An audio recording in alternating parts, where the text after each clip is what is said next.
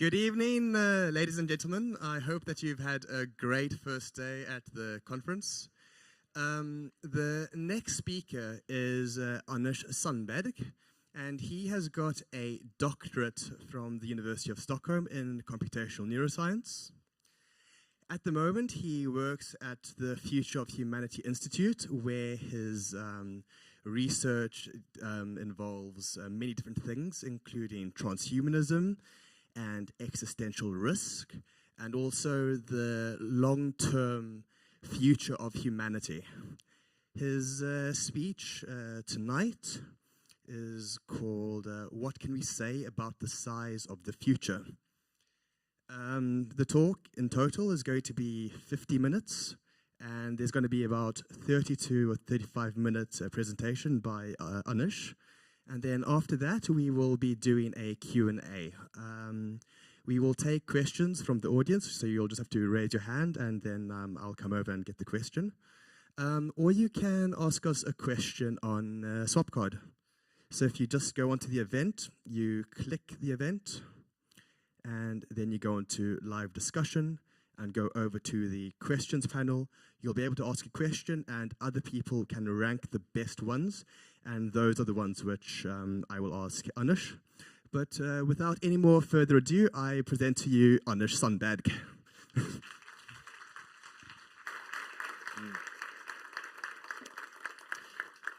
Again, thank you for this preemptive applause. Now I owe you to give some kind of nice talk.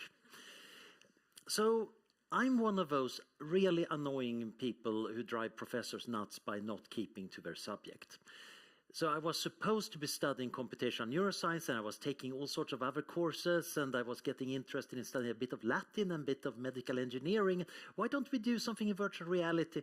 And then I ended up writing about transhumanism and ended up in the philosophy department without having anything more than high school philosophy to my name, and so on and so on. So this means that I got the biggest imposter syndrome possible. It never stops. But you can weaponize your imposter syndrome. You can realize that, okay, I'm totally out of my depth here. I better double check and make sure that this is right and ask the experts. And that's what I'm doing. I'm working on this project about thinking very big, very long term, about what kind of size does the future have?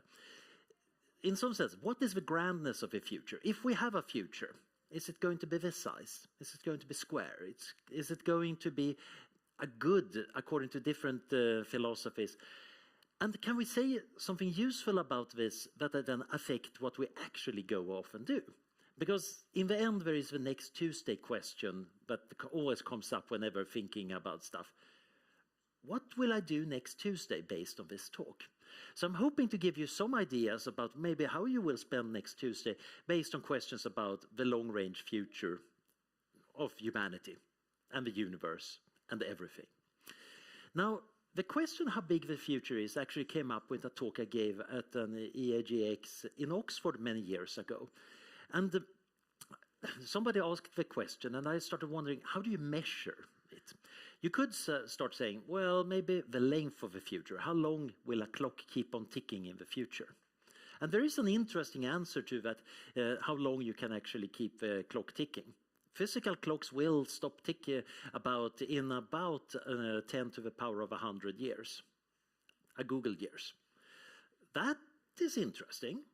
On the other hand, you could argue that time actually keeps on going. It's just that nothing happens. You can start talking about, well, the space here. The universe is expanding, but it turns out that the part of the universe we can affect is much smaller.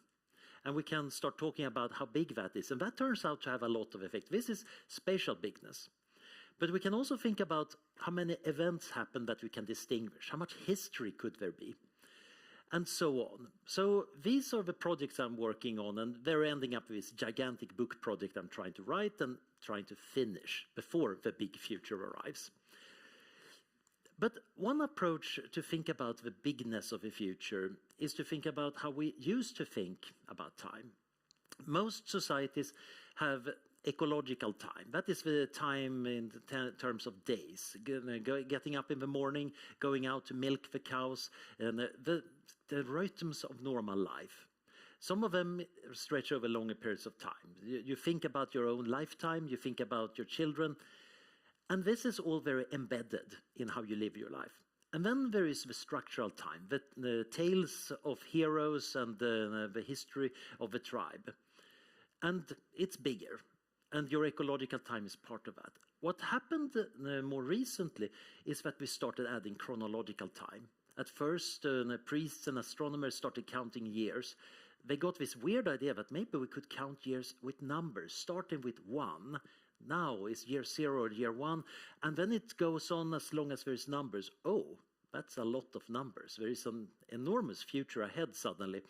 While the structural time, the stories about the meaning of the tribe, tended to be more confined.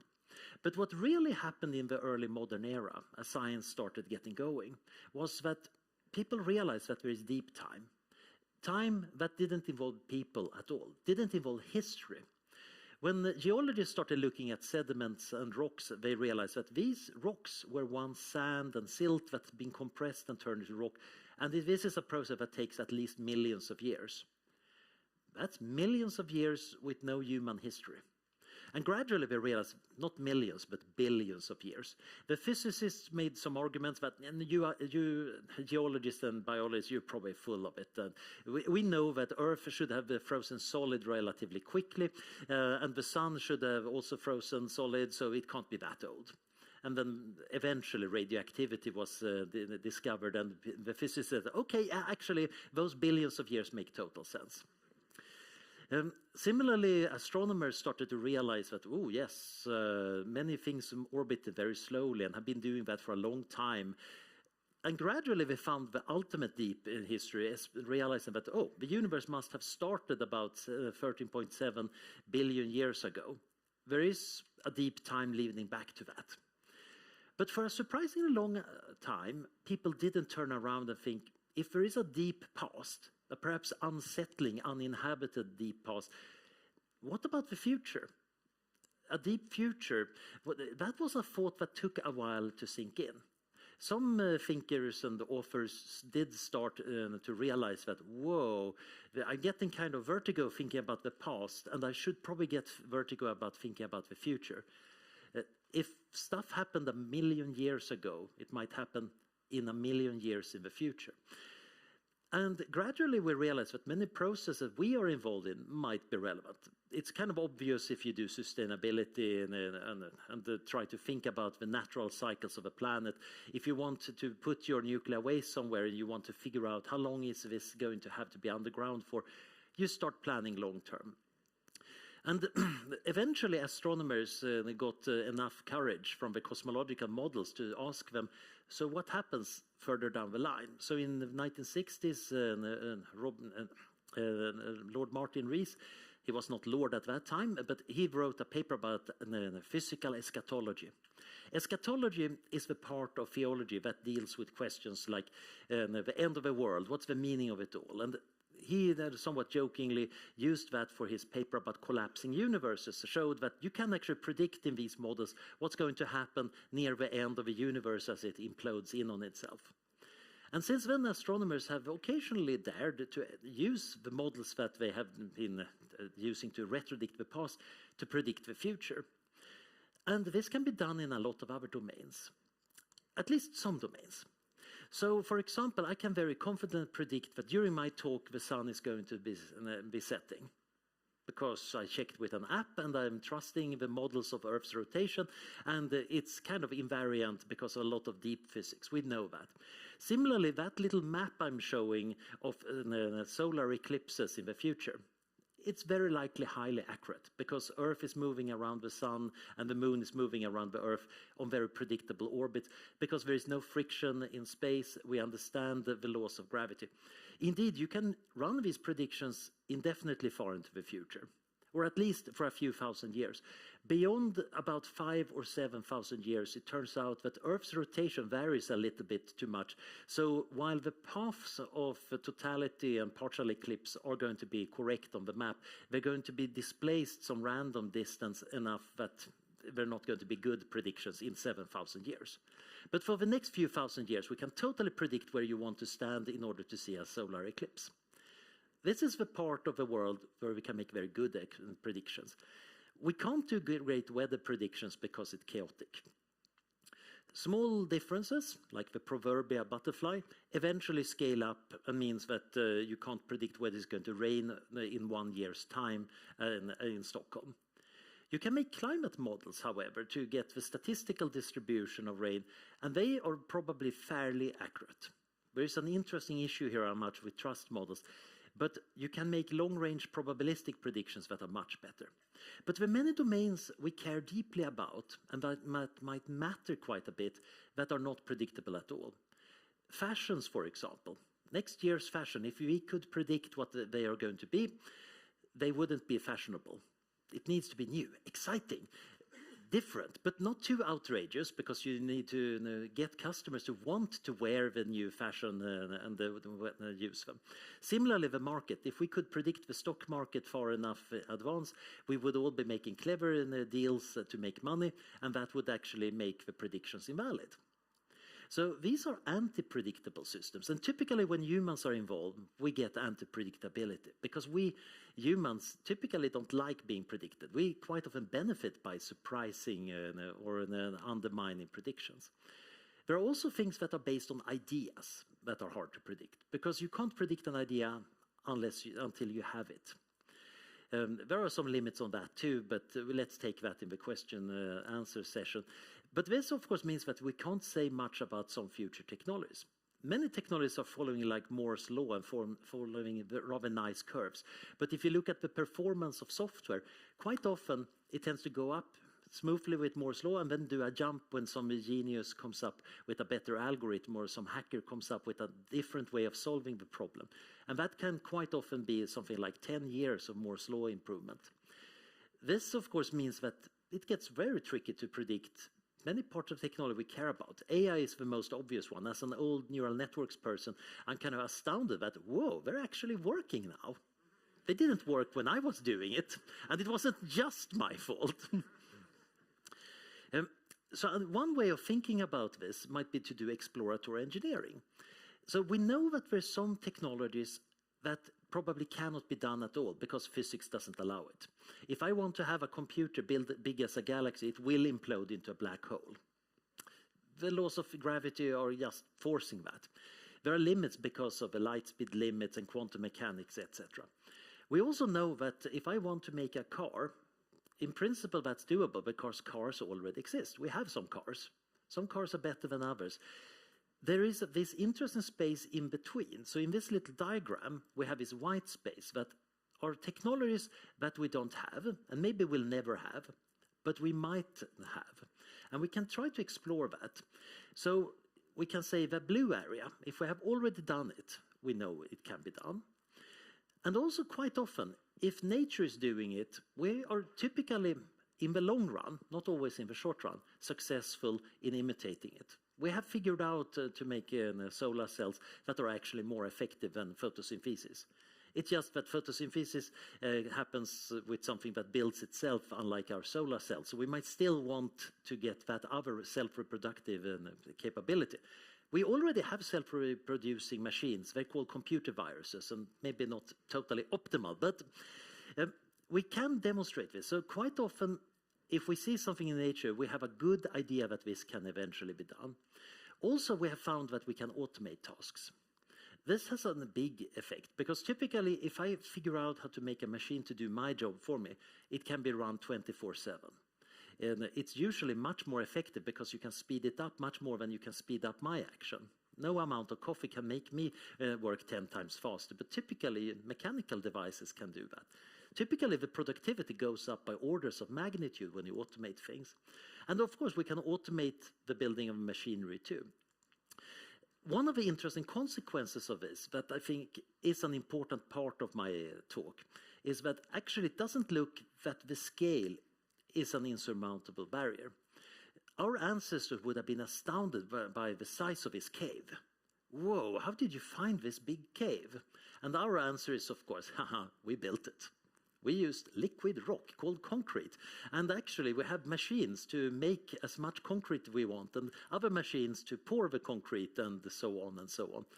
So the fact that we have a giant cave here That's not impressive. Our caveman ancestors should be even more impressed by the sheer number of other things we have out here. And Stockholm is not even a particularly large city by global standards. We should probably expect this to continue if nothing bad happens, which means that the scale of what future civilization might do might be ridiculously large compared to our normal expectations. It seems like many of the limitations are like how much stuff is there that can be transformed, how much energy is there that can be used to transform it, how much knowledge and information do we have to do that transformation, and in some cases also time, because a lot of things take time. This is super annoying for people like me who are impatient and easily distracted, but some projects actually just need to go on long enough to bear fruit. What we can do using this kind of thinking is to take blueprints for imaginary machines and explore that white space. This doesn't mean that we can prove that this will be done, because as I said earlier, the human sphere is not very predictable. But it can be used to make good evidence that these things are possible in the future, if we want them, if we're lucky, if we make a path to them. We also got these nice constraints by physics that we can't hope for these really ridiculously extreme things. And then what I've been doing over the last few years is trying to make an inventory of, okay, how much can we get? So some of the possibilities are kind of nice and utopian in this regard. When it comes to the standards of sustainable living, the laws of physics, and it doesn't seem to be the laws of economics, they don't preclude that we could all across the globe have really high standards of living that are sustainable, that actually are doable indefinitely. That sounds good. And once you start thinking about automation, you realize that it's not just about material stuff, but also automation of services. AI might actually promise us a world where we get as many services we want. There are interesting questions here about human enhancement, and again, it's hard. I'm going to be rushing past this without giving a proper motivation why I think we have solid evidence that we could actually improve our well-being tremendously, how smart we are, how much we get to do. And it looks like if we play our game well, we can survive on Earth very long, essentially indefinitely. With a little footnote coming up soon. Because the interesting problem here is that the biosphere will eventually run into a natural problem just because the sun is going to get brighter and brighter. And in about 1 billion years, give or take a few 100 million years, basically the biosphere is going to end up in trouble because of lack of carbon dioxide, because of increased weathering. We might delay that. And again, there are ways one could argue how to do that. I have written a paper with Karim, who is somewhere around here, and about the ethics of putting up a solar shield, not to help humans in the remote future, but just to give extra years to the biosphere, which by many accounts in environmental ethics is actually a really good thing, even if no human ever benefits from it. It looks like there is a physical possibility to extend the lifespan of biosphere by at least billions of years. And that's even without trying to move Earth. There are interesting issues here about the stability of civilizations, institutions, etc. Many of the grandiose schemes I'm talking about here take a lot of time. So that got me a bit worried about, well, maybe when you put together a civilization, it will eventually become decadent and collapse. Because that is kind of a cliche in our thinking about the rise and fall of things. We tend to assume a kind of organic growth followed by aging. So I read a lot of macro historians trying to give theories for this, and that led to a lot of very interesting issues about the stability of civilizations and social collapse. And there is a book coming out from Princeton University Press about that shortly, with a chapter by yours truly. But in that chapter, I'm actually looking at the statistics of civilizations, empires, kingdoms, and other things. And it turns out that the best statistical fit is not at all that the risk of collapsing grows as something is old and maybe becomes decadent or frail. The constant tend to stay constant. The risk tends to stay constant. What? That means it's more bad luck that tends to do your civilization or empire in than that it's become too old. Of course, everything is going on. Many of us are sitting in old institutions with too many rules and too many old professors enforcing crazy rules and many inefficiencies that exist because somebody in the 15th century decided to organize something like that. These things don't seem to necessarily crash things. In fact, it turns out that companies also seem to have a fairly constant hazard rate. Most social organizations seem to be mostly done in by bad luck, rather than accumulating some form of decadence. This is good news in some sense. There is no law of sociology saying that we can't make plans for indefinitely far futures, except that we should expect to have bad luck get us long before, which means that we need to work on redundancy and backups and other ways of getting around it. Okay, I don't have a time for the post-humans, which is very sad because I have cute pictures of them, but we can take them later. There is also this obvious thing when talking about grandness of futures, talking about expanding into space. And again, looking at the minimum viable product, something like the International Space Station, but it could mine asteroids, build its own solar panels, grow its own food, and build parts of another space station. So the kids eventually move away from home into their own space station. That's kind of the crappiest way possible humanity could settle space. It's nothing like that beautiful picture in the upper corner showing the rotating O'Neill habitat with parks and all of that. But this is something we are almost at the point where we can say, yeah, we think we can actually do it. There are some interesting remaining question marks there. We haven't demonstrated yet a closed ecosystem in space. We haven't actually demonstrated mining and manufacturing to the extent that we can prove it.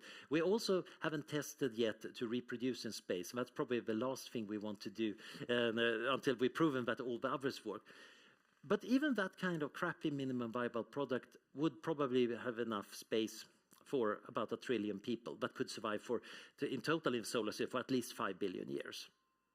And you can probably do something nicer once you're actually used to living in space, like those O'Neill cylinders, etc.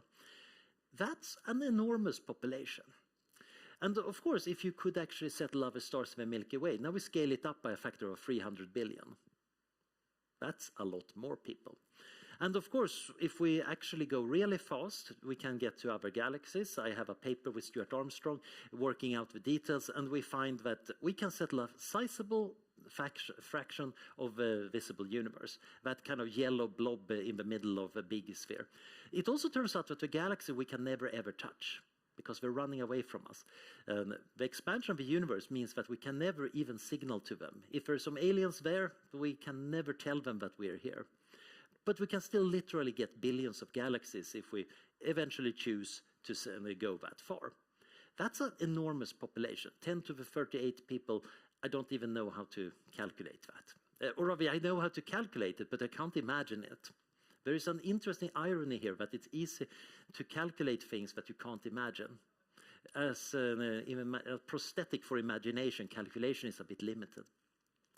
Now, this is interesting also because when you start thinking about, well, yes, we can build Dyson spheres and then globe stars and get a lot of energy and a lot of useful stuff here too.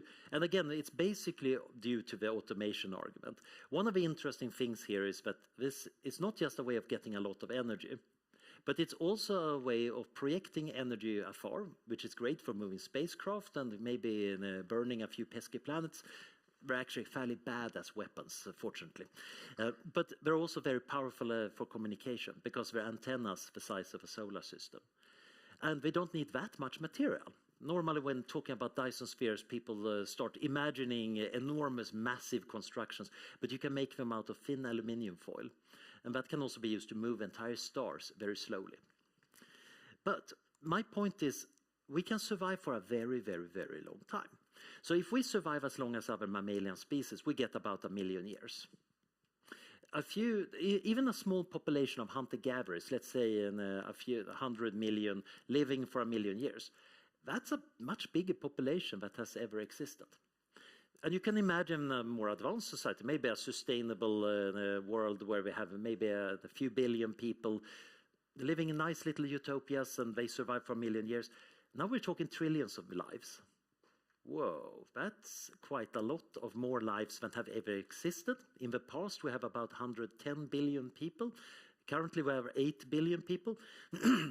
if you imagine a human life like a very tiny speck of dust, and then the 8 billion lives today would roughly fill my hands. And entire continents' populations would be falling between my fingers. The past population of humanity would fill a heavy big rucksack. Again, the Roman Empire in a side pocket. But that future population would literally form a dune of dust covering this entire stage. And once you get to the slightly bigger ones, like assume we survive as long as the biosphere survives because we're good enough at handling existential risk and things like asteroids and supervolcanoes and our own stupidity, then we're talking about a pile of dust the size roughly of a Great Pyramid in Egypt. But once we start going to the grander visions, basically this dust metaphor just breaks down hilariously. I think settling the Milky Way would correspond to as much dust as there are in the rings of Saturn, which is a very nice picture, but actually, again, I can't imagine actually what it is. And once you get to the real extreme things, like taking over the accessible universe, using that energy very efficiently, if you have a digital civilization, you end up with numbers that mean that the amount of dust correspond to the galactic center or something like that. Again, our imagination just doesn't work. We get very, very big numbers. And that is the important part. We can put numbers on how big the future is. We can calculate how many computations there are. Maybe computations don't have a value on their own, but computations are underlying everything we do as a civilization. Every economic transaction is a kind of computation. I think our thoughts are a computation. You might argue that maybe emotions and consciousness are not computational. I know many people saying love is not a computation, at which point I'm smugly pointing out, you're supposed to remember who you're in love with, right? That is a kind of memory operation. You at least need to keep track of him or her. So again, computation might not be in itself valuable, but it's very useful. It's a bit like air for singing. And the amount of computation we can do across the future gives us some bounds on how much civilization can do. Again, with a little footnote, because reversible computations or quantum computation might multiply this by another very big number. So this is a lower estimate. Again, there is a lot of stuff that can be done over this, especially when it turns out that if you're thinking on this galactic scale, the amount of energy available is enormous. You can convert matter into energy by having it pour down black holes and collect the energy. And that could probably power us throughout the degenerate era after the stars have burned out. Now, we can move galaxies and stars. I have a chapter in my book where I'm essentially doing a worked example on how to move stars, and I use them to move galaxies. Do we want that? Does it matter? It's a good question. I think it might be a useful way of organizing the merger between the Milky Way and the Andromeda galaxy in a few billion years, so we just don't collide and slosh around and turn into this mess of an elliptic galaxy that loses all its gas, so it stops making new stars and planets. If we arrange things just right, so we just capture each other elegantly, we might end up with a much bigger galaxy, the kind of biggest corporate merger in history, or at least history up until that point. And now we might have a much more living space and perhaps a lot of nice neighbors from the Andromeda galaxy. The interesting part here is that it's possible for us to rearrange the universe on a ridiculously large scale using essentially aluminium foil. Because the whole scheme, as I calculated, is based on putting reflectors around stars to nudge their orbits. And how can this work?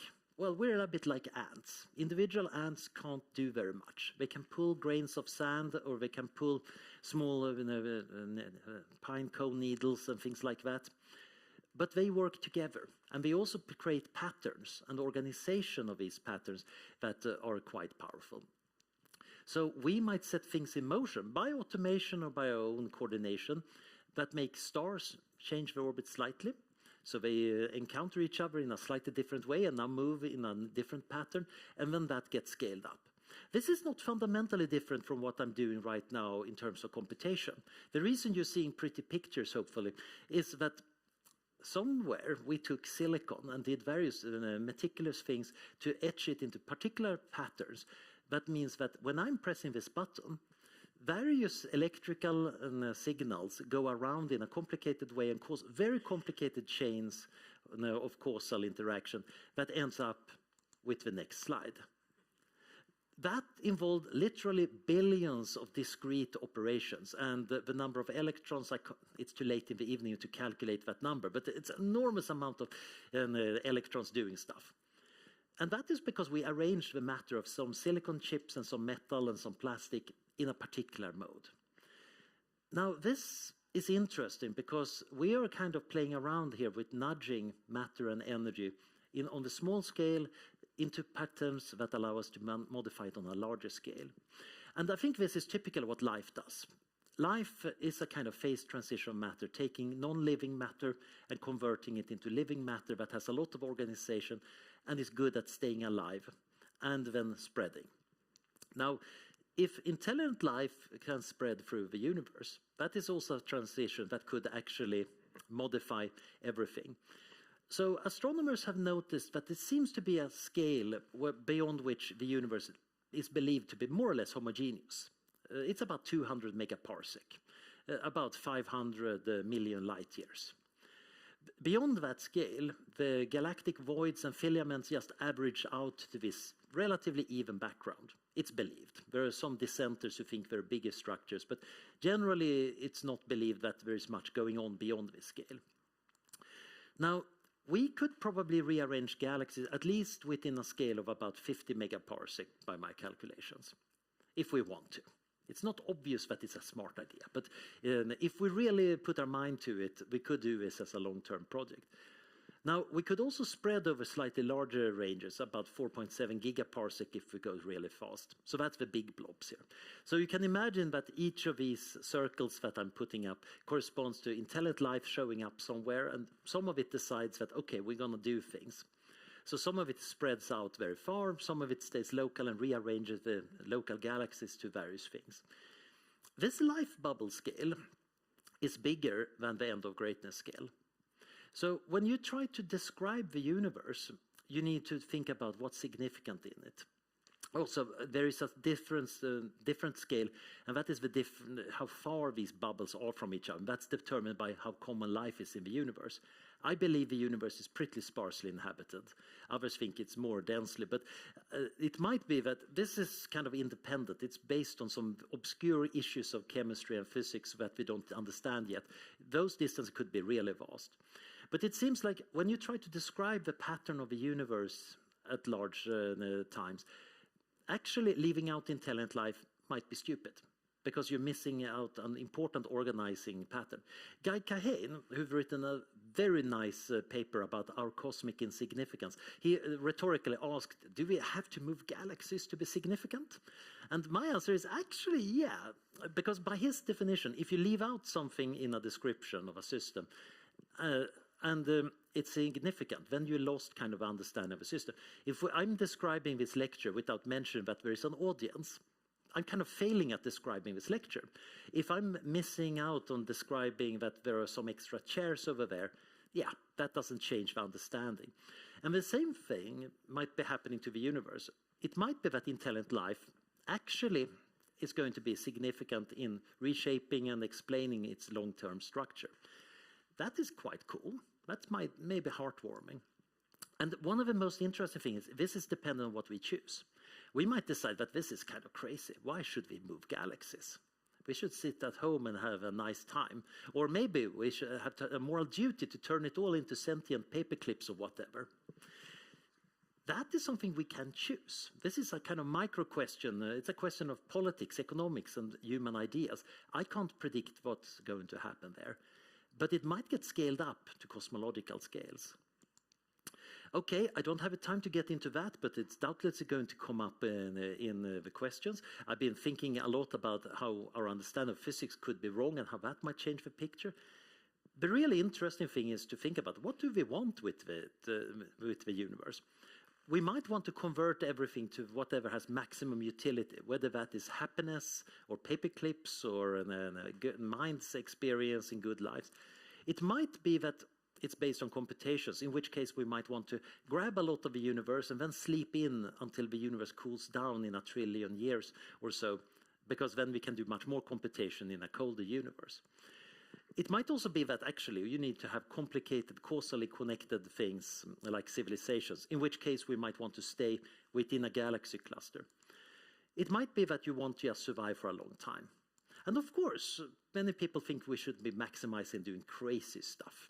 We should be having a sensible utopia, a sustainable one with reasonable social interactions, and none of that weird transhumanist stuff. One of the interesting things here is that probably many of these ones can be implemented together. They're not excluding each other. But it shows that we need to coordinate well about how to do that. Okay, some of you might have heard of astronomical waste argument. Basically, the idea is that this future looks pretty big and grand. It would be a shame if we lost it all because we accidentally nuked ourselves or wrote an AI program that wiped us out for some bizarre stock market reason, or we did something else that prevented us from getting what the good is in the future. So one of the interesting things is the more optimistic we are about the future, we seem to need to be more cautious in the near term.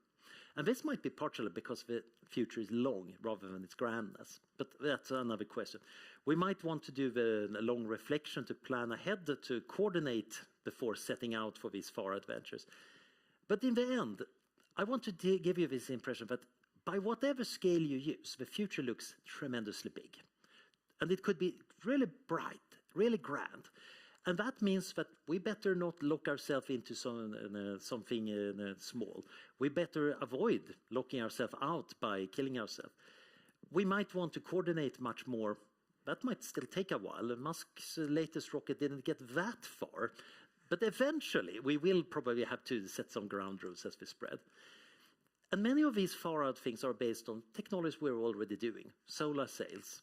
So the machines for automation, 3D printing, and biotechnology, rewilding. So we can actually work on them and learn important things about it.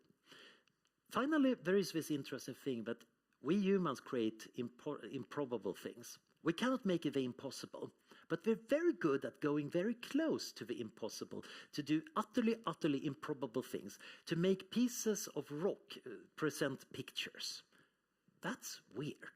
We made them do that. We can probably do even more awesome things in the future. And finally, of course, I think we should have hope.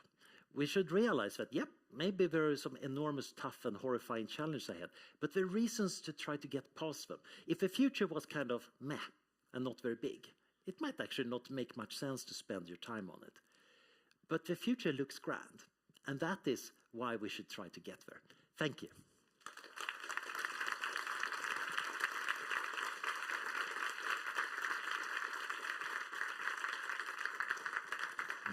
Thank you, Anders. Thanks for that great talk.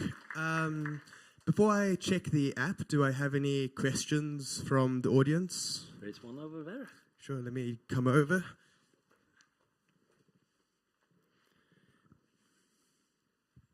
Thank you. Very interesting talk.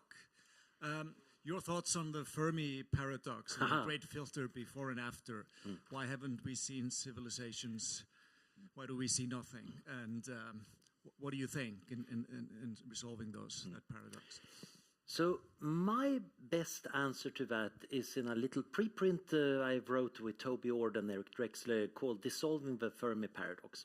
And basically we realized that we are very uncertain about many important questions about how much life there could be in the universe. What's the probability per unit of time that life emerges on a planet? We have no clue. Indeed, scientists are literally several hundred orders of magnitude apart in their estimates.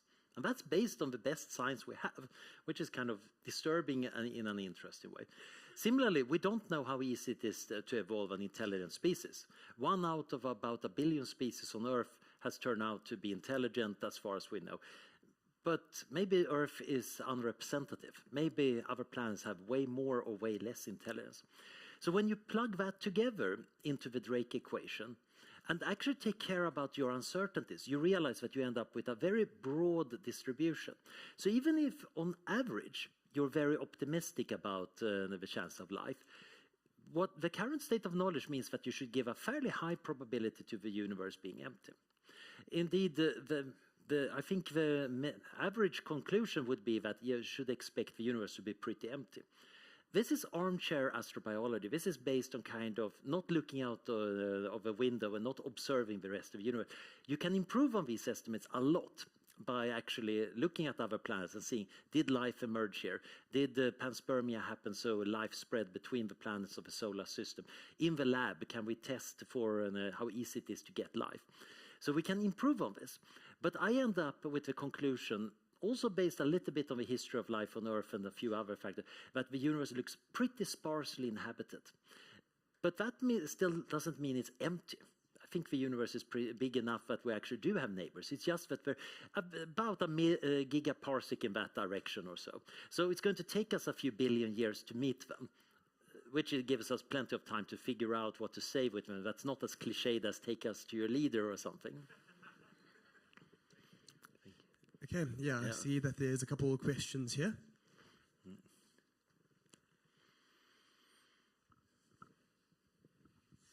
Hello.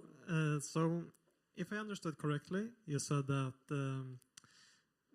civilizations and firms collapse because of bad luck. And so my question is, what do you mean by bad luck in this case?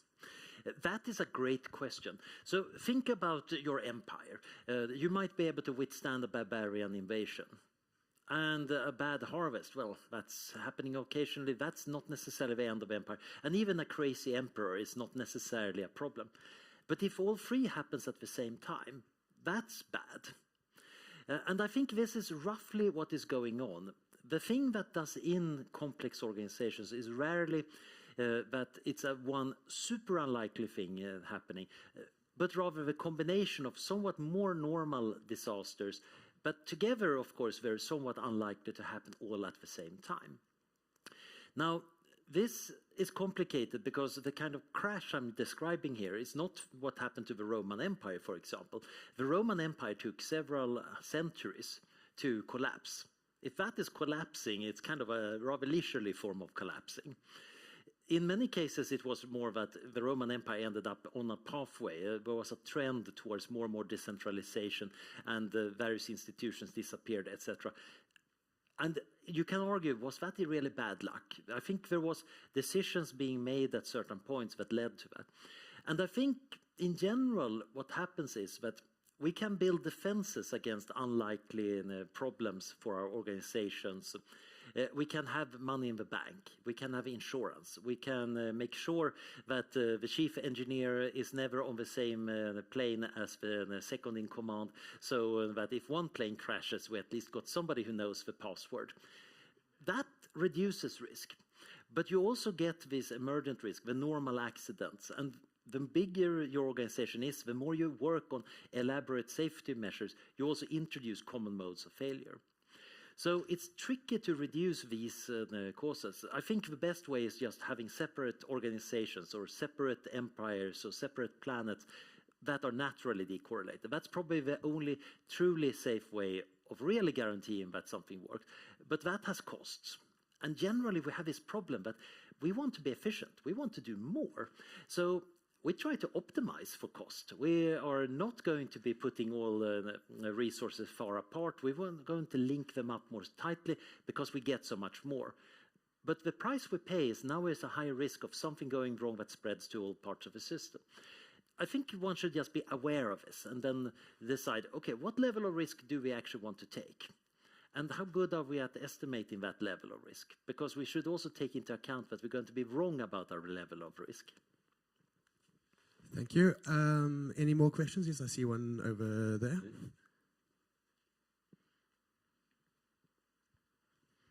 you. So in the medical field, there's this saying, I think there's many types of sicknesses or diseases, like many ways to be sick, but there's only one way to be healthy. And I just want to make the point that maybe it is also applicable to other complex systems, like, for example, our environment, right? The world, for example. And the thing is, I'm a bit concerned that the pace that we as humans develop technologies and the capabilities or the effects, potential effects that those technologies can have diverge from the speed in which we as humans increase wisdom, the wisdom to use those technologies correctly, because there are just many ways in which a complex system can get out of hand.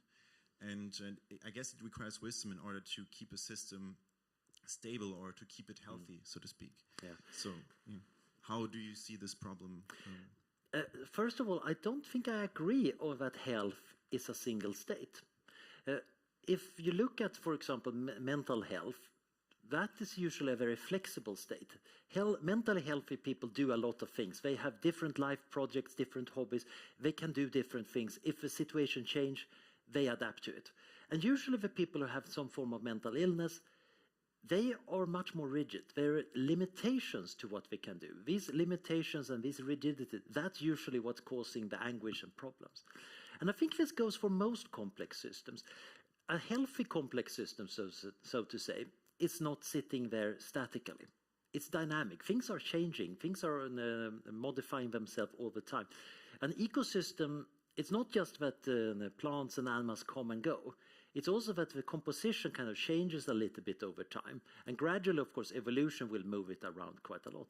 Many unhealthy ecosystems, so to say, have lost a lot of their diversity and are much more vulnerable if one species disappears. Now, I think there is an interesting issue here about our wisdom, because I do think the rate of change has an important effect. Generally, we want to be able to control the systems we care about, like the infrastructure keeping us alive. And if that is changing at a rate faster than humans can control it, it means that, okay, it's going to go off in some direction, and we have no ability to actually stop it if it's careening into a wall. That's bad. We need to be able to respond to that system fast enough to actually keep it going in the right direction. Now, sometimes we can put in regulators and machines to do that work for us. It's a bit like on the stock market, where you might have circuit breakers, that if the stock prices move too much, something is wrong and they just stop the trade. That is one simple way of doing it, and it's kind of an obvious thing we want to happen, because we understand that's a failure mode we know about. The problem is there might be other forms of failure that move fast that we don't recognize, and we don't recognize the need for circuit breakers for. So the question is, how much do we acquire wisdom? So I usually define wisdom as kind of knowledge and intelligence in selecting your goals well, or selecting your values well. Intelligence is all about achieving your goals efficiently. And one reason many of us find the artificial intelligence somewhat scary is that that might be very effective in achieving goals, but it's not having necessarily good goals. If you had wise artificial intelligence that set the goals in a good way, whatever that means, bingo. Now it's totally fine if it's super intelligent and very effective in achieving it, because now you're getting some kind of wise world. The problem is, do we get wiser? I think actually as a species we have become wiser. We have more of a memory. We have more history that we have recorded. We have more education. More people know about past disasters and past possibilities. We have institutions that embody various forms of wisdom. We also, unfortunately, have a lot of institutions that don't embody wisdom. And indeed, there is quite a lot of things in the world that are kind of anti-wisdom, folly, and generate a lot of problems. We saw that during COVID, for example. Some responses were not just stupid, but kind of, they're not wise. They're actually preventing wise advice from reaching the right people. So we need to work on this. And I think this is both a technological and institution building project. Normally we tend to think of wisdom as something like somebody meditating on a mountaintop and being very wise individually. But these people rather rarely advise the businesses or technologies. At most they might have an indirect effect. We actually want to build in wisdom in the system. And that means reflecting quite a lot about our values and what values are good and bad. If you don't ask yourself about monthly, am I the bad guy? Then there is a real risk you will eventually become the bad guy. Of course, the normal rejoinder my brain immediately gives me is, Anders, please define bad. And I'm starting to look at that part of my mind and wonder, why are you having a goatee like a villain from an old 1960s science fiction show? No, sir, that's just an illusion. I'm totally a normal part of your mind. Having that internal discourse, and even better, a discourse with your friends with your community is actually a quite good way of double checking what's going on here. Because truth is a Schelling point. That is, it's a different agents might disagree on a lot of things, but if we're trying to figure out truth, that should ideally be somewhat invariant between agents. And that might also be true for some forms of value. I'm optimistic about that we can solve ethics. I don't know if this is correct, but I'm optimistic about it. And I think that might mean that we can actually work on ways of enhancing wisdom and not just cognition.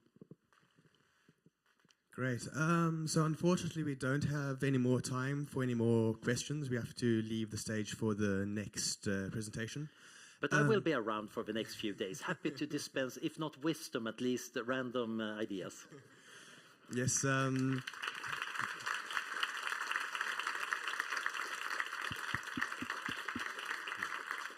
So if you see Anders, don't be afraid. He's a very nice guy. Feel free to talk to him.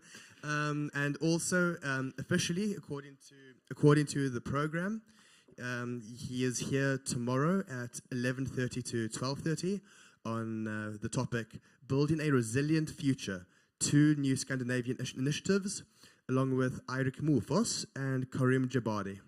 And his office hours are on Saturday from 2 to 2:30. So yeah, feel free to talk to him then. Thanks. Thank you.